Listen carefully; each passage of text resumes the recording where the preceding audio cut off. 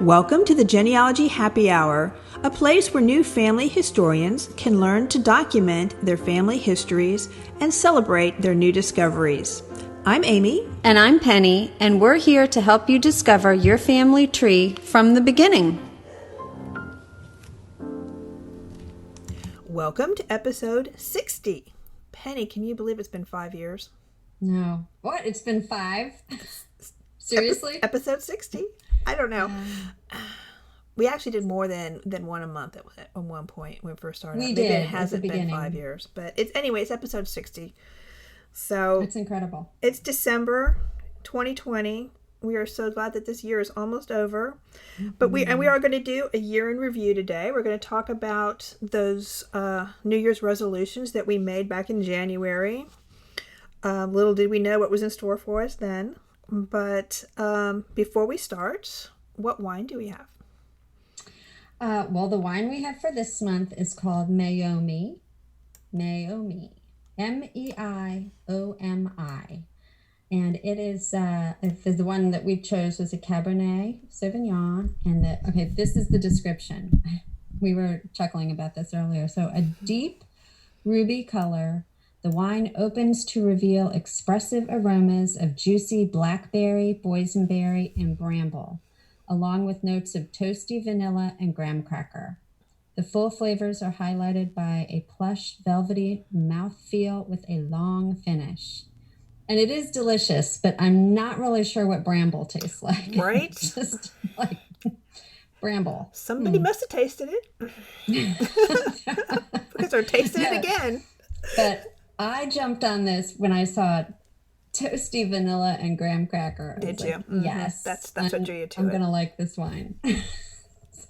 And you normally don't drink red, so I don't. But this one was good. Nice. Yeah. All right. Well, maybe someday we will get to share it in person again. In person, maybe in January. Maybe January. We'll see. We'll see what the numbers are. Right now, we've been isolating and we've been podcasting via Zoom for most of the year. Mm-hmm. Crazy. Yeah. Exactly. Oh. I know. And I think we might see each other in January, but we'll see.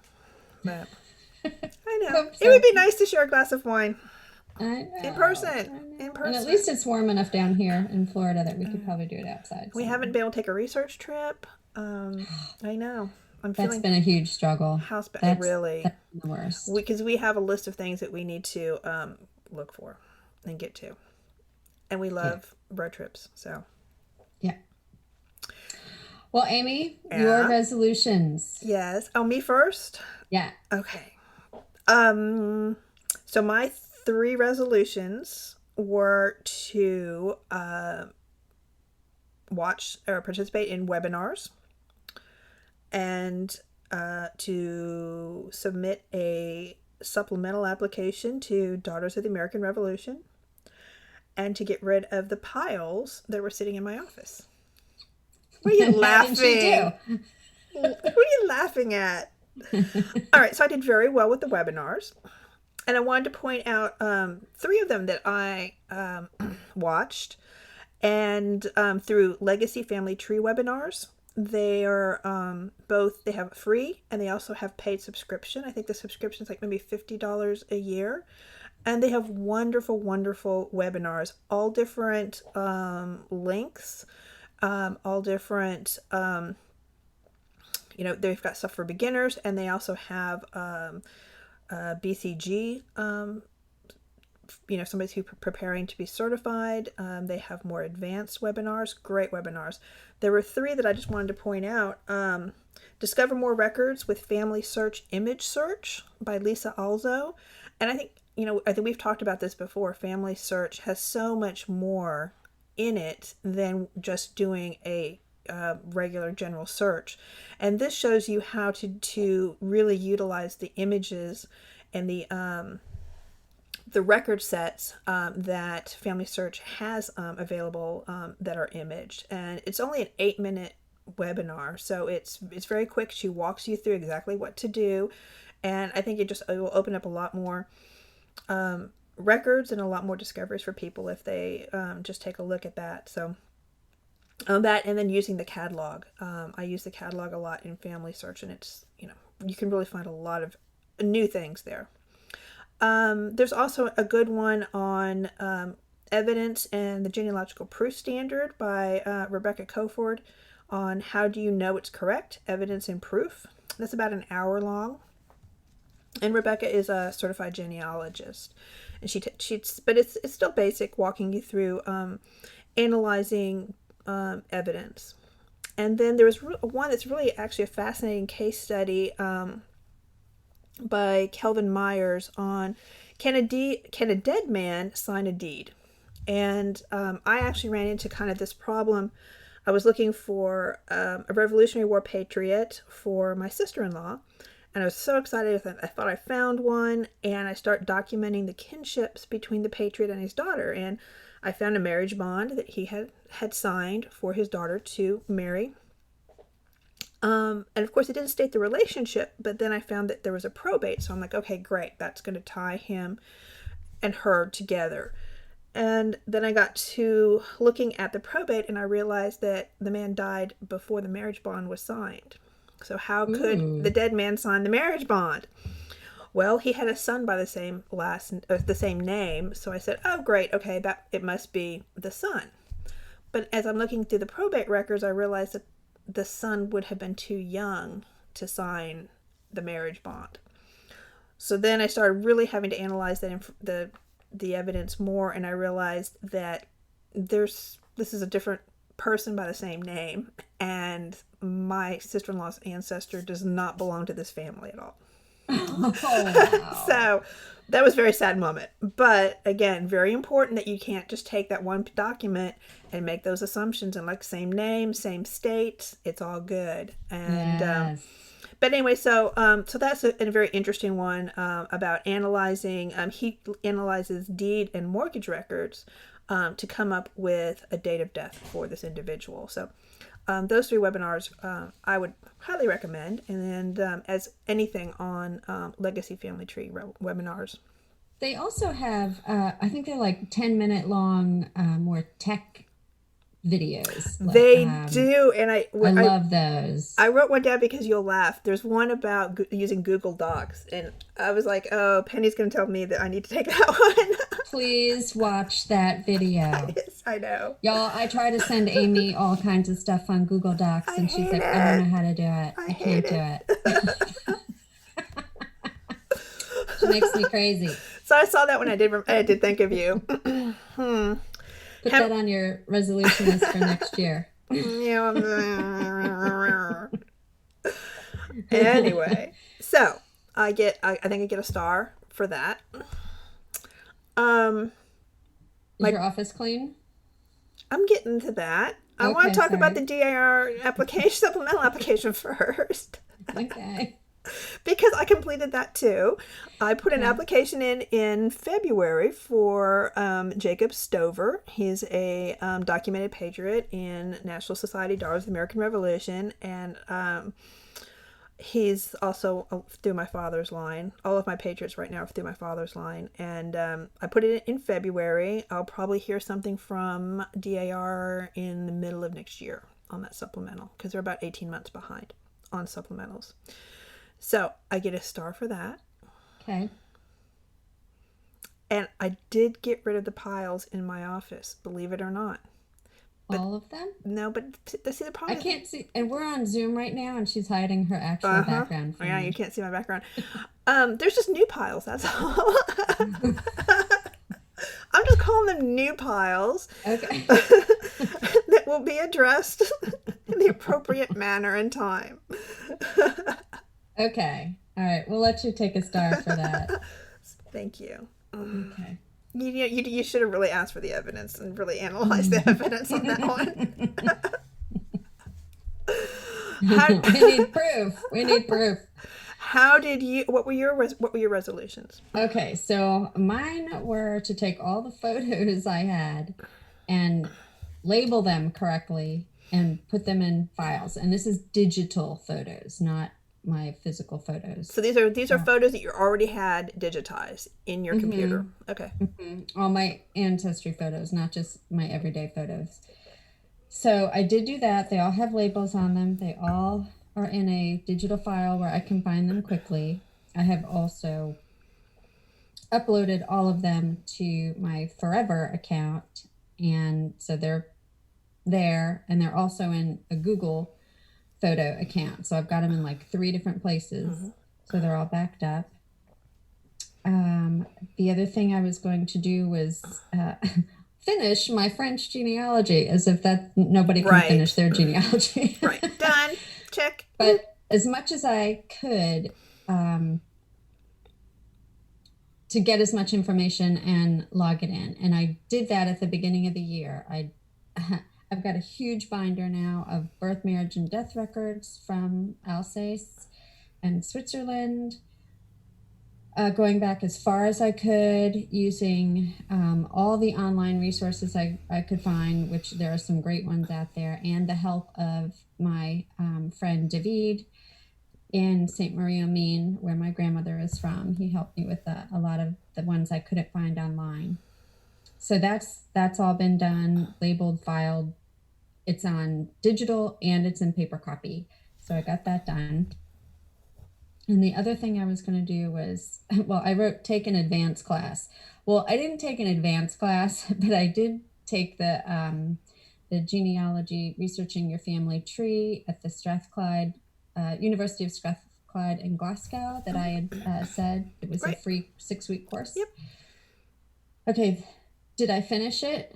No, I'll tell you, I missed the last week and the time ran out, so I could pay for it and be able to log in, but I did 5 weeks of it, and the reason I didn't keep up was I spent the month of November helping my daughter who just had a baby, and I was in charge of chasing after the 2-year-old. So I literally had no downtime.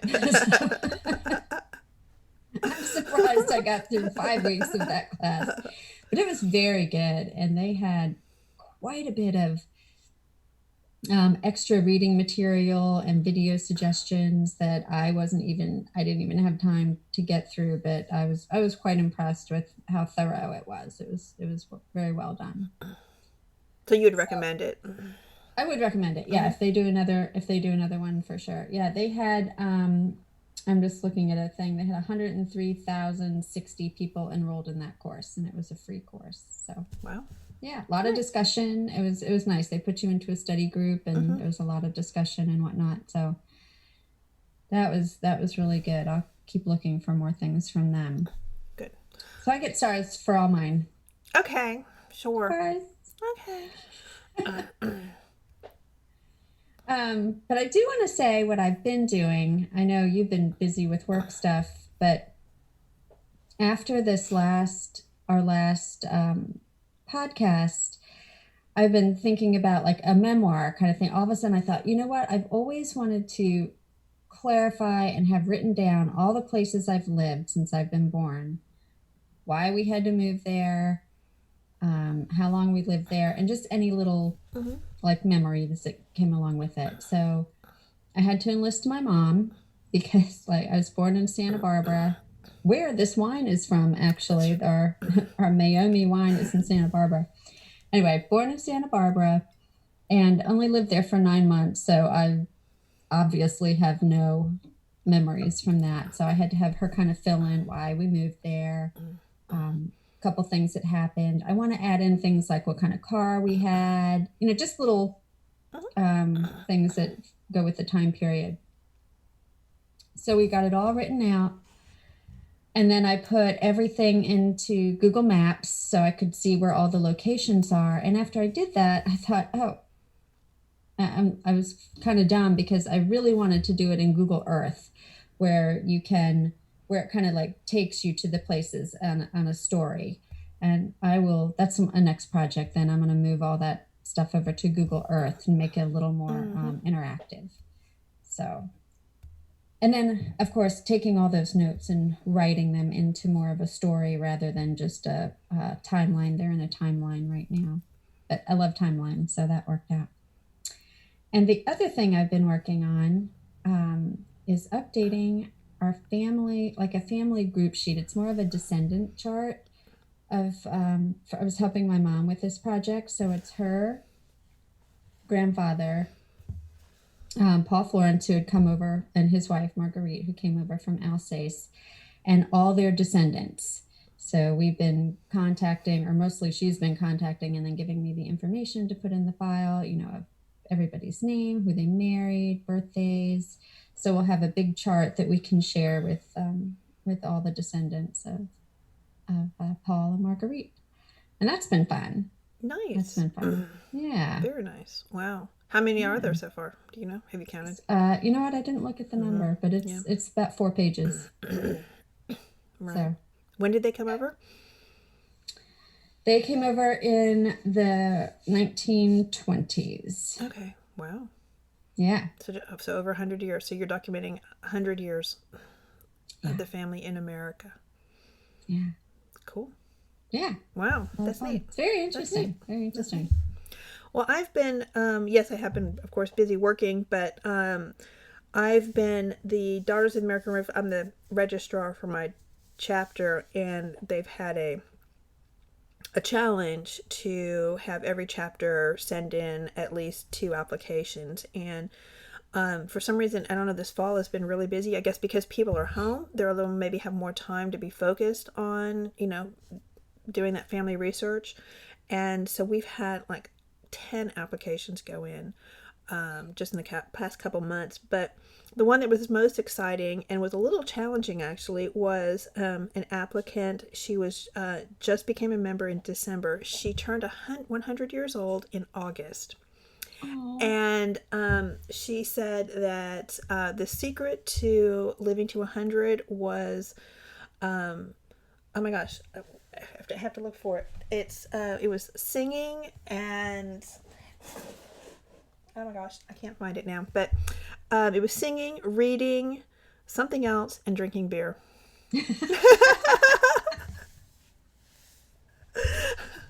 Should we switch to beer?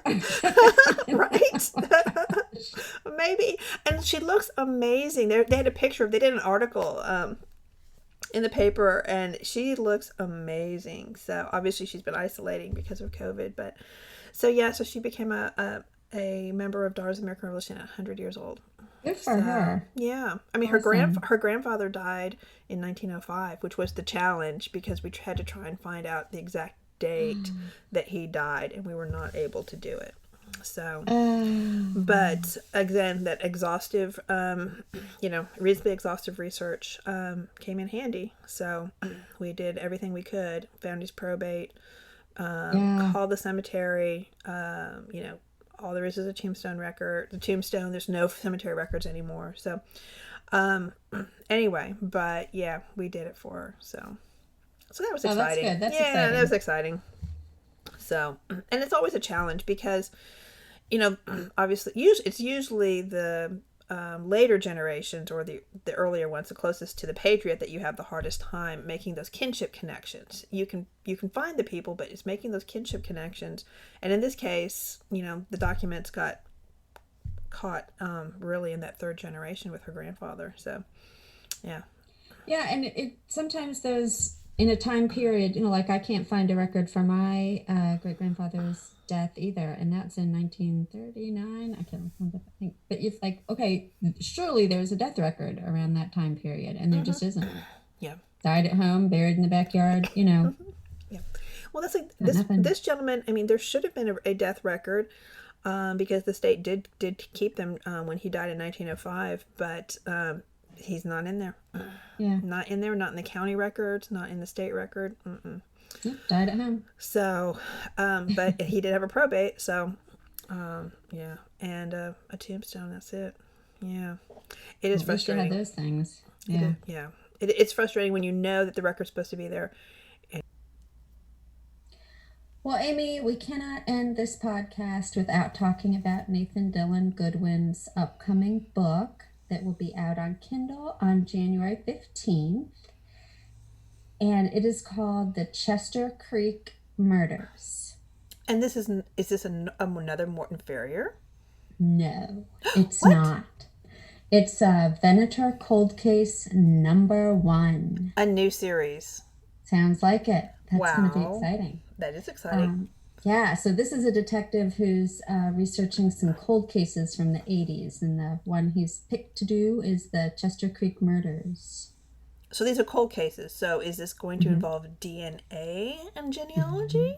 Mm-hmm. Yep. DNA. Excellent. A whole new Pretty series exciting. from Nathan. Yeah, I'm Exciting. excited about it. Exciting. And if for you, some of our listeners who know we've interviewed Nathan a couple of times on our podcast, but if you love genealogy, you love mystery, even if you don't love genealogy and you just love a good mystery story, I mean, Nathan is, I mean, the books are excellent. So I'm super excited about this. Yes, and I will put the link in our blog post to the Kindle edition that you can pre-order. So ask for it for Christmas. And it's out on the 15th, so that's a great last January minute 15th. buy if you don't know what to buy for your family and friends. Absolutely. Easy to do, Kindle edition. Absolutely. Excellent. All right. Well, we hope everybody has a really happy holiday season with your family. Stay safe, stay healthy. Absolutely. And we will talk to you guys next year. In January, we'll have New Year's resolutions ready to go, right? We hope so. All right. Until the new year. Cheers. Cheers.